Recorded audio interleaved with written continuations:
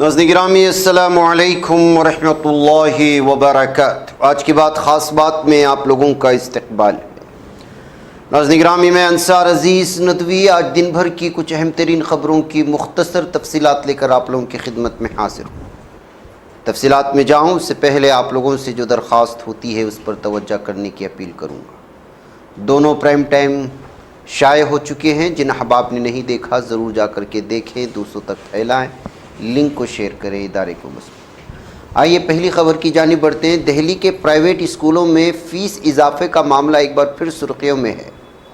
ایک طرف اضافی فیس کو لے کر سرپرستوں میں مایوسی ہے، دوسری طرف پرائیویٹ اسکولوں نے ایسے طلباء کے نام کاٹنے کا سلسلہ شروع کر دیا ہے جنہوں نے فیس کی ادائیگی نہیں کی۔ میور وہار اور دوارکا کے دو بڑے اسکولوں پر والدین نے سنگین الزامات عائد کیے۔ ان کا ماننا ہے کہ اسکول انتظامیہ منمانے طریقے سے فیس بڑھا کر طلباء پر دباؤ ڈال رہی ہے۔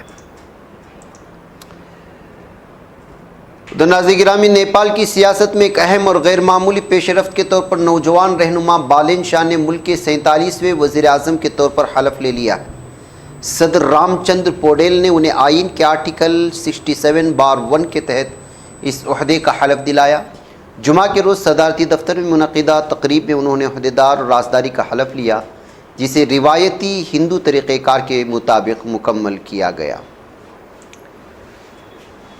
مدھیہ پردیش میں بجلی کے نرخوں میں مجوزہ اضافے پر سیاسی ماحول گرم ہو چکا ہے۔ کانگریس کی ریاستی صدر جیتو پٹواری نے اس فیصلے کو عوام مخالف قرار دیتے ہوئے کہا ہے کہ براہ راست عام صارفین کی جیب پر حملہ ہے۔ انہوں نے اس سلسلے میں وزیر اعلیٰ موہن یادو کو ایک مکتوب لکھ کر اپنی تشویش کا اظہار کیا ہے۔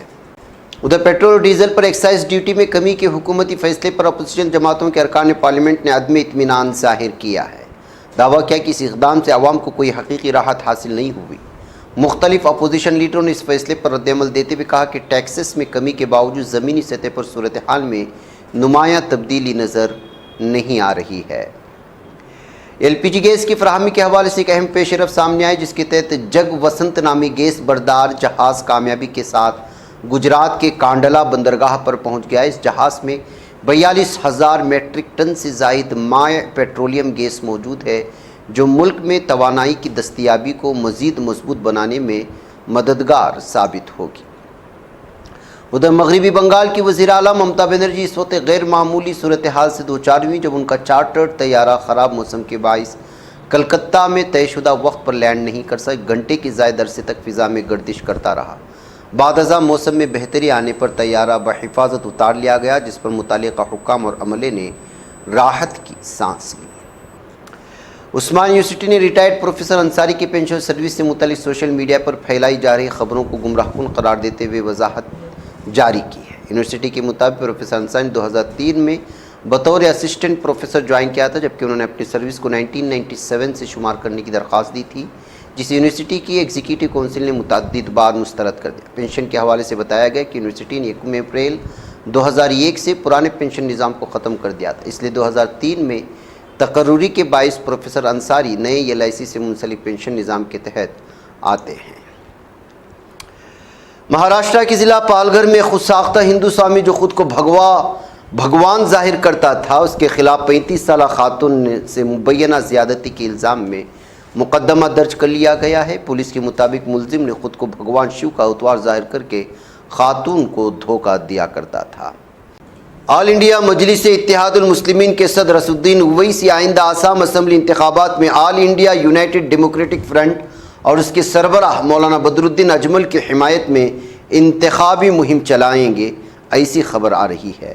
معروف جریدہ آؤٹ لک انڈیا کی ایک رپورٹ کے مطابق ہندوستان میں ماہ رمضان 2026 کے دوران مسلمانوں کے خلاف تشدد کے واقعات میں نمایاں اضافہ دیکھنے میں آیا، جس کے باعث ملک بھر میں تشویش کی فضا پیدا ہو گئی ہے، جبکہ رام نومی کے موقع پر مزید کشیدگی کا خدشہ ظاہر کیا جا رہا ہے۔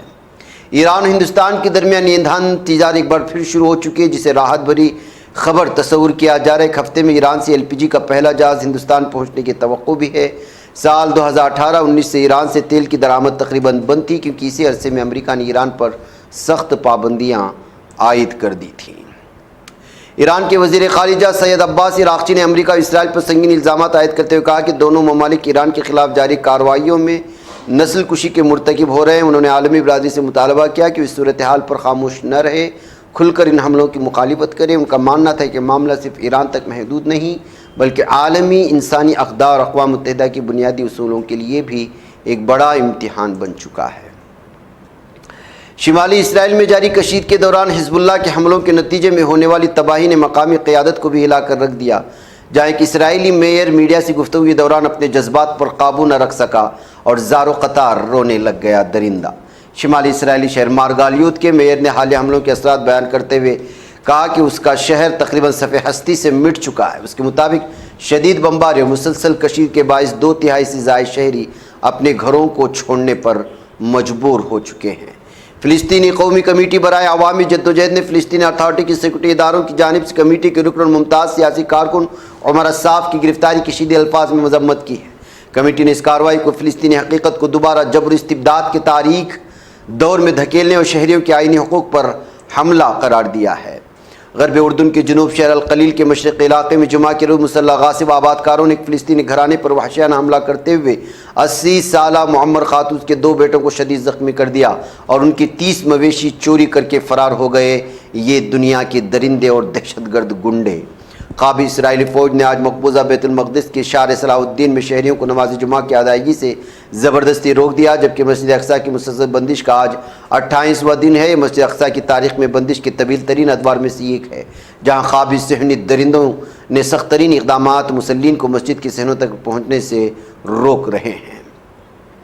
مقبوضہ بیت المقدس میں قابض ظالم صہیونی درندوں کی فوج کی وحشیانہ فائرنگ کے نتیجے میں ایک فلسطینی نوجوان جام شہادت نوش کر گیا، جبکہ کئی دیگر زخمی۔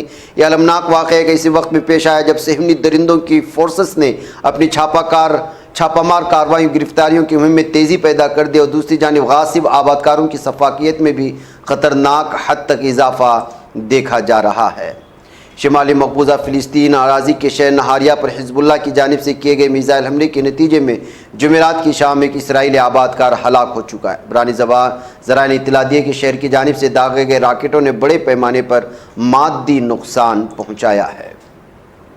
غازہ کی پٹی میں مزاحمتی سیکورٹی کے میدانی ونگ قوت الادا نے ایک بڑی کامیابی کا اعلان کرتے ہوئے مزاحمت کے ایک اہم رہنما پر قاتلانہ حملے کی کوشش کی تفصیلی سیکورٹی معلومات جاری کی۔ کارروائی تقریباً 2 ہفتے قبل انجام دی جانی تھی، جسے 2 ایجنٹوں کی گرفتاری کے بعد ناکام بنا دیا گیا، جبکہ سازش میں مزید 2 کارندے بھی ملوث پائے گئے ہیں۔ غازہ کی پٹی کو غیر مسلح کرنے کے حوالے سے اقوام متحدہ کے سابق مندوب نکولے ملادینوف کے منصوبے کے خلاف فلسطینی عوامی اور سیاسی حلقوں میں شدید غم و غصہ مسترد کرنے کی لہر دوڑ گئی۔ اس منصوبے کو، جو کہ قدم بقدم کے اصول پر مبنی کثیر المراحل طریقہ کار پر استوار ہے، قابض صہیونی درندوں کے مفادات اور اس کے ناپاک عزائم کی کھلی جانبداری قرار دیا گیا ہے۔ ناظرین گرامی، آج کی خاص بات میں اتنا ہی، انشاءاللہ ملاقات ہوگی۔ السلام علیکم ورحمۃ اللہ وبرکاتہ۔